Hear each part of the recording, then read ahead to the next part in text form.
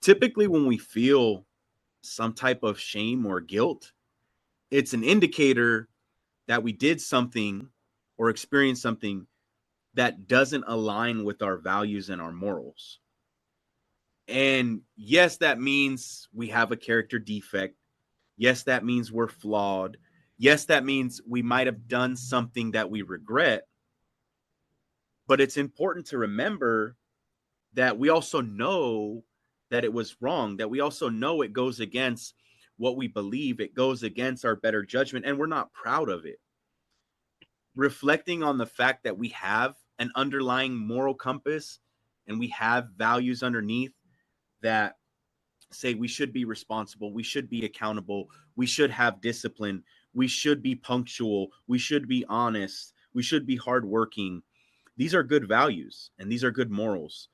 And I think when you have the ability to share that with someone that you trust and really get into the situation that you feel guilty about or get into why you're carrying shame with you, the deeper you dig, the more you realize you're a good person. You just made a mistake. And you have to have that community. You have to have that support. You have to have that network of peers that has that compassion, that has that mindset of knowing we're not perfect. You did those things. That doesn't make you X, Y, or Z. It makes you human. It makes you an individual. And we're all flawed. And that's okay because underlying that is a good set of values, is a good set of morals. So, what are we going to do to make improvements?